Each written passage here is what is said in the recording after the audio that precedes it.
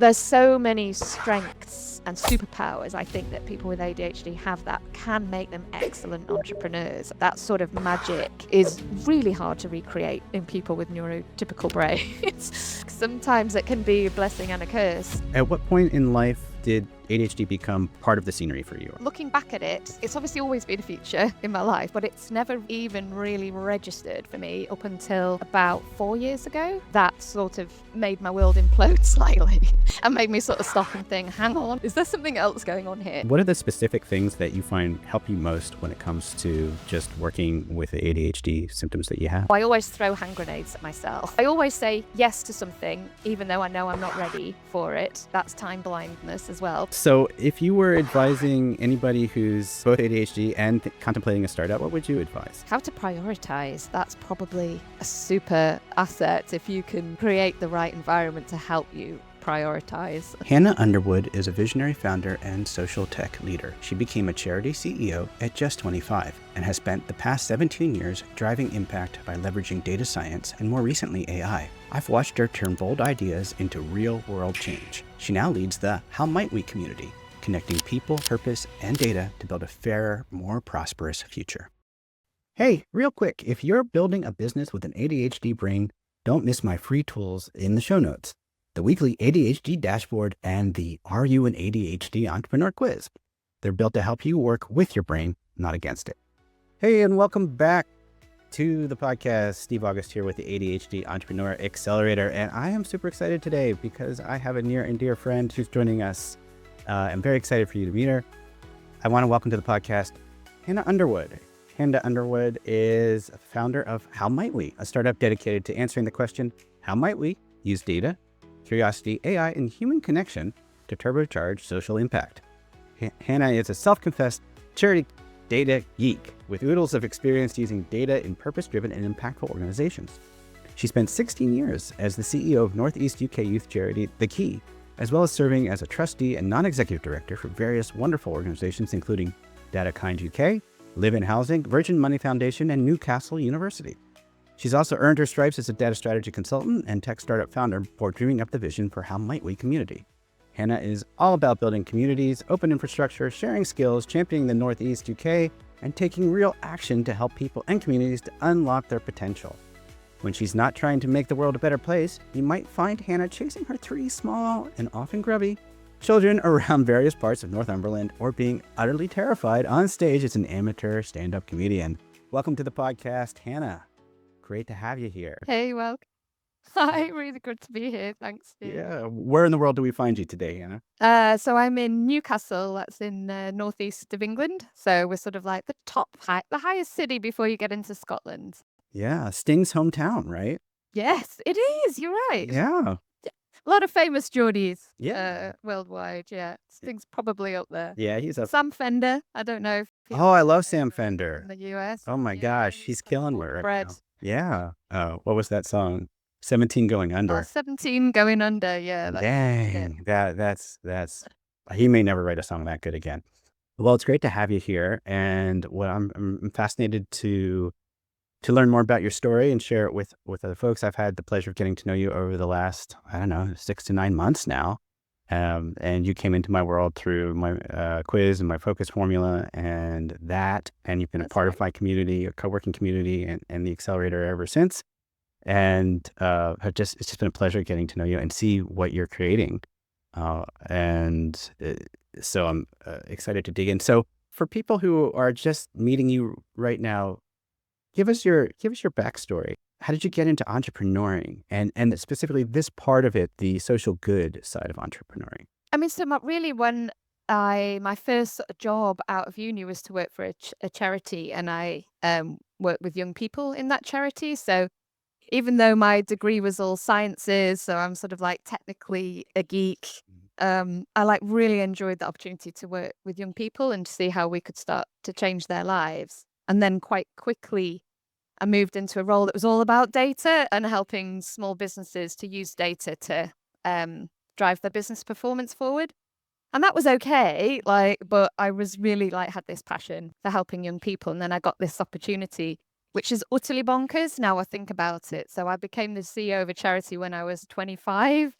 So I was actually still young enough to benefit from the services that the charity offered to young Oh, people. nice. And so even though that's not like a traditional sort of entrepreneur role, I was like a boss from like 25 years old, and I was able to sort of take that charity where it needed to go, like over the course of the next 15 years. And really quite early on in that journey, I realized how useful data was to help us not just, know how to run the organization more effectively, but also how to understand how we were creating the change for young people. Because really, unless you like properly understand how, as a charity or an NGO, like your intervention delivers change, you can't optimize your resources around it. So I think, were maybe the first charity in the UK to have a data strategy, like back Wow. in 2008. And then I sort of went on this journey, being really greedy for accessing data talent and data professionals to help us to move our organization forward. And so right from early on, I had this sort of spark around helping charities to use data more effectively. And that's sort of manifested itself in my like current venture. Yeah, that sounds really fascinating because, in my experiences, which are admittedly more limited in a nonprofit and charitable organization, they tend to be really good at the qualitative capture of stories. Like, we help these people uh, achieve or improve their lives in some way, but getting a kind of like comprehensive data or seeing where that data intersects seems like more of a challenge. It's a different skill set than kind of the Yeah. more qualitative. So how does that actually work? Well, so it is, I mean, it's a different skill set, yes, and that's often a skill set that's outside of what charities have. So they don't tend to have like data professionals internally. But I sort of position it as all focused around curiosity. So that's kind of why my new venture is called How Might We Community, because it's like, Mhm. let's just focus on the questions. Like, what Mhm. do you need to know? What do you want to know? What information will help you to drive your impact locally for the people that you work for, or help you to spend your resources more effectively, inform your decisions, spark innovation? All of it boils down to questions. And so I see like data as like catnip for my like curiosity, and it helps to sort of fuel it and help me to really dig into some of these like gnarly problems. And I think if you focus on like it from that human side, Mhm. then the data just becomes an enabler for what that organization really wants to do, rather than trying to scare them with like talking about, even the word data can be quite scary. Yeah, I imagine so. Is there an example that comes to mind of where the data really helped you make an impact and that you could demonstrate? Or like, I'm really curious to hear, how that all, like, when it works, what does it look like? I have like hundreds of examples from the key, because Yeah. I was there for like 16 years. Uh, I mean, one thing that like we did at the key was to ask the board, like we had targets and everything, like that's Mhm. important, but we asked the board to judge us our success on how well we could answer certain learning questions that we would set up like at the beginning of each year. So one year we had a learning question was, how might we reduce the cost per head of our intervention, but without reducing the impact that it has on each of those individuals? So instead of just having a target for cost cutting, Right. like when we looked at it as a question, like a learning question, then actually each month that we were reporting back, it was like, well, you don't do this. So, like as long as we were like making discoveries and learning, like that was showing that we were making progress. And it's a bit of a long story, that one, but basically we because we had everyone curious in the organization, we had different people from different parts of the charity had realized that the average group size of young people that we were working with was going down. And when we unpicked it, we realized it wasn't actually going down. It was just that the youth workers had stopped. They found our systems irritating, and Hmm. they knew that if they could, the minimum was 3. So if they entered 3 young people into the system, then that meant they could get onto the next step of the system. But there was actually 6 kids in the group. So when we discovered this, we went through a whole like cycle of like making improvements to the user interface, and engaging young people directly and them sharing the data with us directly. And so what happened is that we suddenly were able to show how we were working with pretty much twice as many young people that we thought we were. Oh, amazing. So we did reduce the cost per head on paper Right. of that intervention without reducing the impact. But it just gave us this huge insight into all these people that we were working to benefit, but we didn't realize. Right. It's always amazing that there's a human factor wherever data is, because especially if humans are required to be, entering the data or contributing to the data, and the motivations can be different. Like a frontline person is just like, I just want to get on with it, without realizing the importance necessarily of why tracking this is super important, because ultimately it's going to determine the organization's ability to drive success.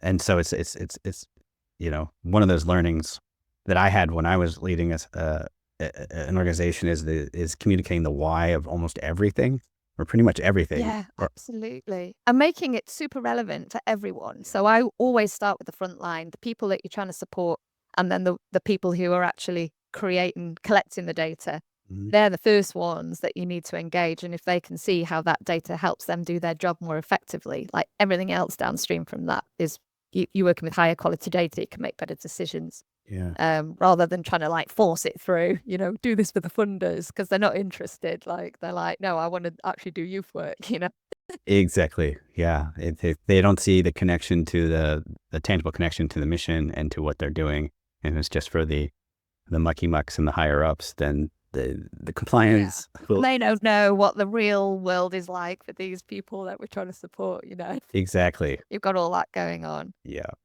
No, it's amazing. And having to take this on at a very young age, for, a CEO to lead an organization. Had you had like management experience before taking on that role, or had you been in an organization where you got to observe people leading people, or? I mean, I'd spent 1 year prior to that role running a non-profit. This was the one that helping SMEs. And I had like one administrator that I managed then at that time. So that was, and I did a postgrad diploma on that business. So like I'd learned the theory of leadership development, but I hadn't actually had a go at doing it. But I think, well, I mean, I don't know if this is appropriate to say but basically my second day in the job, I discovered that we were £1,500 overdrawn. Oops. We had payroll the next week. And this is when we were writing checks. So we gave kids money to do projects. So we had about 6 or 7 grand's worth of unreconciled checks out there that people could try and cash at any moment. Oh my That was goodness. day 2 Wow. of me in the job. Yeah. And so everyone else who was just like, who's this jumped up little 25-year-old coming in here? Like, we're not going to listen to her. And suddenly they're like, oh, we might not get paid next week. So it was like utterly terrifying, but also like I kind of had nothing to lose. And so I managed to turn this problem around really quickly. I managed to get the bank to lend me some money. I worked out who owed us money and solved the problem. And actually from that point forward, everyone was just like, right, all right, this is fine. You're going to be okay. Let's just get on with it. Yeah. So it was like horrible, like really in at the deep end, but actually that set me up, in terms of like reputation and relationships, like that was really helpful. Yeah. Right from the start. Interesting experience as somebody leading a business, or whether it's a not-for-profit or if it's a for-profit, it's really those times where you can really earn the trust of of the bank, of the, to be able to get the money of the team who's coming in, and somebody's new coming in, they don't know anything. And, how could, she's young and whatever. And then you go save the day and you say, well, this is what's going on. We were overdrawn and nobody was going to get paid. The projects were not going to get funded. All these checks were going to bounce, and now they're not. But we can't, and here's how we're not going to let that happen again. And then people are like, okay. Exactly. Yeah. But it's yeah. It's one of those things where we don't want challenges like that, but when we get them, they are opportunities. I can't tell you the number of times where service fails turn into like relationship builders, because if something, like, I was in a software startup, so if something didn't work or something happened, but we came back to save the day, then the trust was actually deeper because they knew that we wouldn't let them down.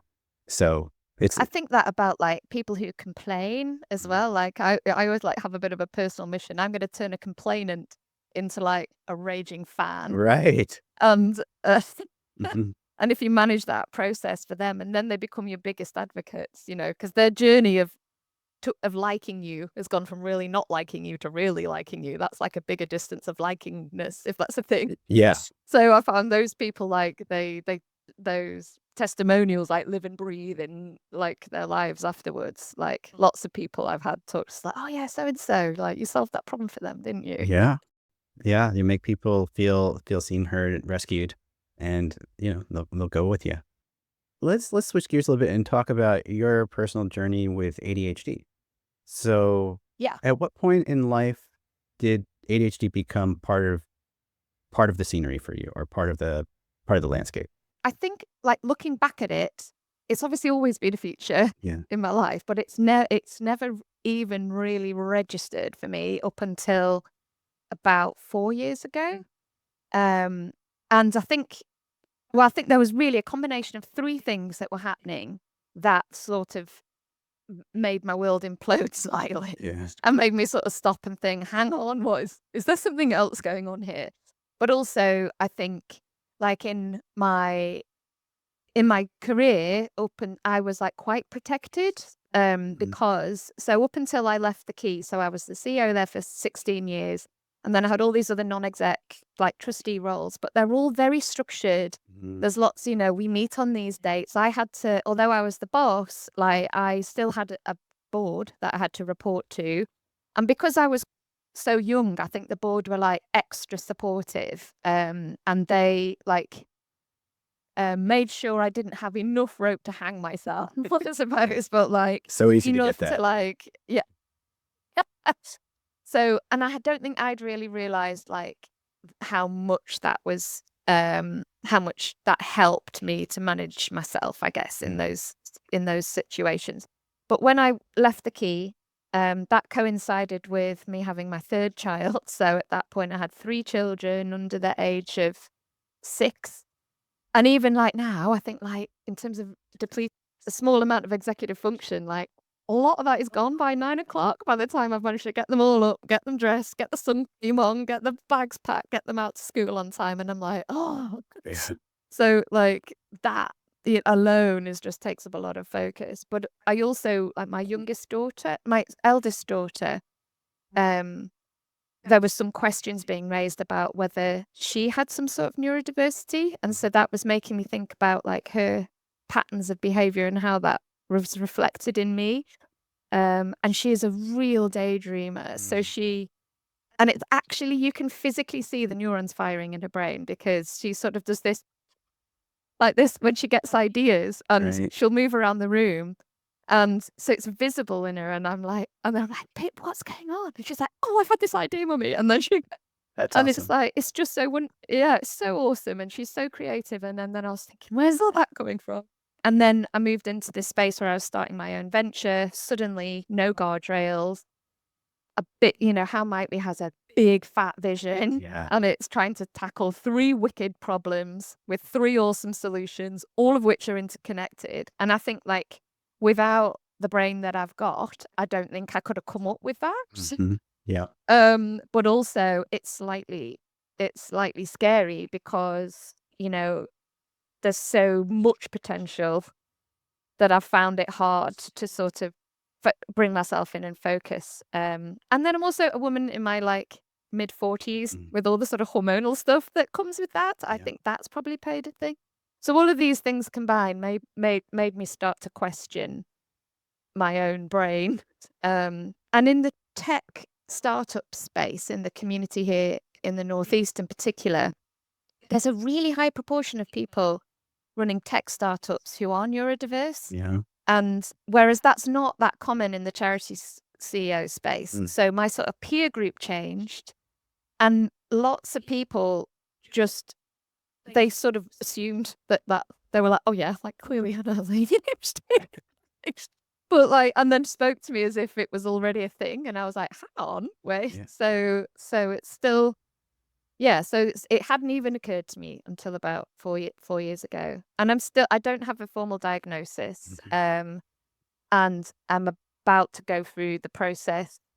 I played around with the idea of did I need to, did I not, and then sometimes feeling a bit sort of disingenuous, even in group, even within your community. Like I feel like um, sometimes I feel like, does it matter that I haven't had like a formal diagnosis? It does not. The the well, and the tools and the techniques and Mm. the resources, it absolutely works a treat. So whether I end up with a diagnosis or not, like this is working for me and I'm finding a way to manage myself and my own behaviors and put new habits in place, and it's working. So I guess it doesn't even really matter, does it?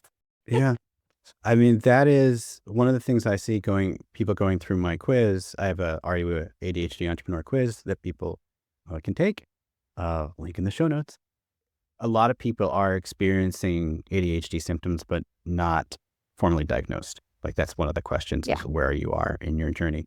If you're experiencing it, it's almost like I encourage everybody to go through the process if you feel like it's a possibility, because it gives you some certainty. It gives you some access to other treatment paths that you won't have access to without it. But if you're experiencing it, you're still experiencing it. Like your experience is valid, right? And so, and if the tools, it's sort of like sometimes with other medical issues, they'll treat the symptom, and that's part of how they make the diagnosis. Like we're in a world that tends to make us all a little ADHD because we have the biggest brains, that are at these social media companies and other organizations who are basically all they're applying their skills and knowledge and expertise to hacking our attention and to grabbing our Yeah, attention. you're totally right. Like back when I first started at the Key, like we were still faxing stuff.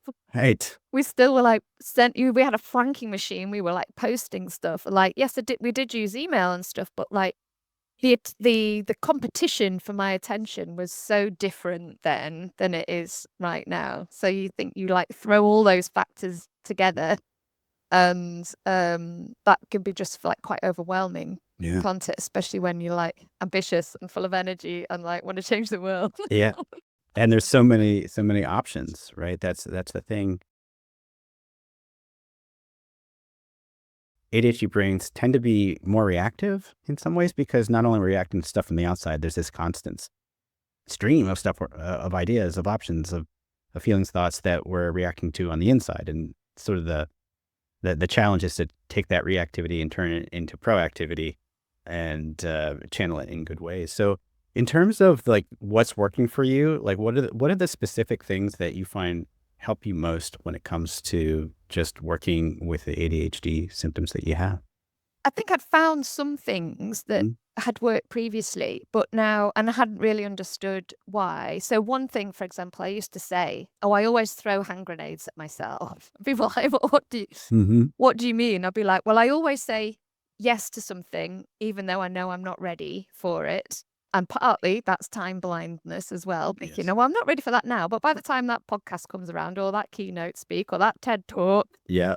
like, I'll be ready, of course I will, and I go, "Yeah, all right, I'll do it," and often these things have, like they're quite public. Yes. So even the stand-up comedy thing was like, "All right, I'm gonna do that," and I knew that at the end of it, like, I would have to stand up and do a set, like, and that's, like, exposing.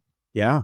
So I used to call them throwing them little hand grenades at myself, and it would just make me focus because I knew that I'd sort of get to the point where actually, I need to just sort this out now, focus, and if I've got this sort of scary deadline. And so I still do that, but in a much more controlled way so that it's not like gonna completely send me over the edge or burn me out or like mean that all these other things suffer as a result of it. So I sort of like throw little accountability hand grenades maybe, Yeah. if that's a thing, but like at myself.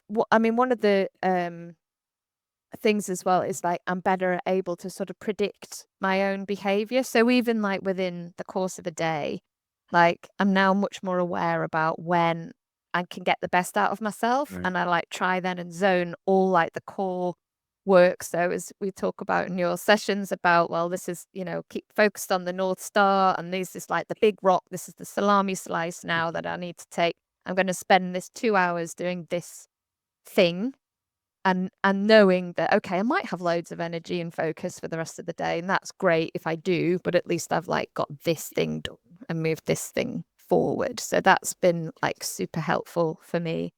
And then I think the other bit's been has been around the community itself. So like the co-working groups has been like, we need to turn up at a certain time every day. And for me, it's like 4 p.m. because I'm over in the UK. So that means I always end the day on like a high as well. And normally I've got a bit of my brain back by the end of the day. So I can just do this final sprint and get like, which is really helpful. Like, so I feel this sort of pressure, like, oh, we've got 25 minutes. I'm going to get this stuff done. And it really just helped me focus. But actually I like enjoy it when other people are like, oh yeah, that thing I said I was going to do just 25 minutes ago. Yeah. I went in to cut and paste something from LinkedIn and I ended up having an argument with someone, and now I've not done anything. Feel like, oh my God, I saw you do that. Yeah. And it just makes me feel a bit better about myself. Yeah. And, we're all like, you got this, right? Like, next time you've got another 25 minutes, you focus on the thing you need to. And it's just, I just love that sort of camaraderie where we're all like acknowledging that we all have these idiosyncrasies and Absolutely. and that's cool. That's fine. That's just part of who we are. Yeah. I love that because that was the thing that I felt was missing in some other groups that I was in, was just this acknowledgement that, I can drop the mask. I'd love to be able to drop the mask and just say, yeah, that particular sprint, I was all over the place, but I'm good, right? I know where to go next. And I had somebody show up at the very last minute of a co-working session last week. And she said, I slept in, my brain needed it. I was okay with that, but I just wanted to just pop in at the very last minute, just so I had that sense of like accountability and a sense of like, hey, I'm still with it. And I did it the way I could for my brain, the way my brain could do it today. And it was just like, that's amazing. So yeah, that's so cool. It really, it's an amazing community. And, it's just been a joy having you as part of it. And really appreciate the spirit you bring to it. So if you were advising anybody who's both ADHD and contemplating a startup, what would you advise? I mean, so one thing that I've found really useful, so depending what kind of startup it is, but so for me, like I'm used to reporting to a board as like a charity CEO. And so I've felt that I've needed those sort of that local group of people, but I don't want like an official board because it's like a private company. So I've created like a group of people called the How Might We Backers. And like, these are like incredible people. Like, I reached out, some of them I'd known for a while, and they're like at the top of their game. All the sort of stakeholders related to what I'm trying to do at How Might We, and said, look, I'm doing this thing. I think you care about this, and this related to what I'm doing. Will you be part of this How Might We Backers? So will you like publicly cheerlead and open doors? And that's just set up this group now that I feel like, okay, I need to focus and deliver, because they've all said that they're backing me and they believe in what I'm doing. So it sort of gives me, again, it's a public thing, really, isn't it? It's like this sort of external public facing view on what I'm doing. That means I can't just sort of retreat into the shadows and like quietly in the like I need to turn up and focus. So maybe, like, regardless of what the structure of your organization is, if you could have a sort of a group, it doesn't need to be as big as my backers group, but that you sort of are accountable to for the work that you're doing, especially if you're solopreneur, which I am at the moment, like just having that external group. I think certainly, enlisting the support of someone like yourself, like I would absolutely hands down do that, because that again is just like that extra community around you and the tools and techniques, and you'll find your way through like what works and what doesn't. I was listening to one of your previous podcasts that really resonated with me, like around the sort of the high proportion of entrepreneurs who do have ADHD, but that doesn't mean it makes them good entrepreneurs. Right. But there's so many strengths and superpowers, I think that people with ADHD have that can make them excellent entrepreneurs, and is like that sort of magic that is like really hard to recreate in people with neurotypical brains. Yes. And so like uh, like lean into that stuff. Like sometimes it can be a blessing and a curse. So like for me, like I see opportunities everywhere, like everywhere. And even when I was running the Key, all these other youth charities were like, oh, there's no money, there's none this. And I was like, opportunities are not my problem. My Right. problem is seeing them all through. Yes. That's like Mm-hmm. my problem. So that's amazing and that's a great skill. But also if you don't like, it's finding a way to put some structure around that so that you're not constantly, opportunities, like how to prioritize. That's probably like a super asset. Yeah, I think having that balance of where you can find people who are more executive function driven or abundant to partner with, and it's challenging. Because at the early stage, it is exploring lots of different opportunities and pathways. You don't know what's going to work yet, absolutely, until you try a bunch of stuff. So ADHD is absolutely, to me, like a superpower for starting. It's like, it's where this, all the spark, all that randomness, all that ability to get, find things from everywhere and bring them to bear on a particular issue or problem that you want to solve is amazing. And you're right. It's about the execution. And I think what you talked about was something we talk about with ADHD in terms of execution is using one side of the ADHD experience to help with another side. So if execution and follow through is a challenge, which it often is, another challenge is rejection sensitivity and fear of disappointing people. So we use that fear of disappointing people, your hand grenade analogy, to like drive the execution side of things. And yeah, it is its own kind of experience, but it's how we get, sometimes it's how we got to get stuff done if we're, and it works. Yeah. Well, I think you're totally right as well about surrounding yourself with people who are, that is their skill set, is their execution. Yeah. And fight, so that not trying to force yourself to do the finance, Yeah. admin, or like, the stuff that you're just like, this is like walking through treacle. Like, try to find ways to bring the right people around you who love that stuff. Yeah. They love it. They love the routine and the satisfaction of the tick, tick, tick. And, great. Bring those people around you. God bless them. Yeah. They would hate to stand on stage and do stand up or like do a talk. Oh my gosh, that'd be terrifying for them. So awesome. Well, it's been so great talking with you today, Hannah. I really appreciate you spending time with us on the podcast. We'll put the links in the show notes, as well as the link to your TED Talk, which I watched and was awesome. Really great to see you, make your case. And so definitely check out Hannah and How Might We? And that's it for this episode of ADHD Entrepreneur Accelerator. Hannah, thank you so much for being with us today. It was a real pleasure. No worries. Thank you. Thank you.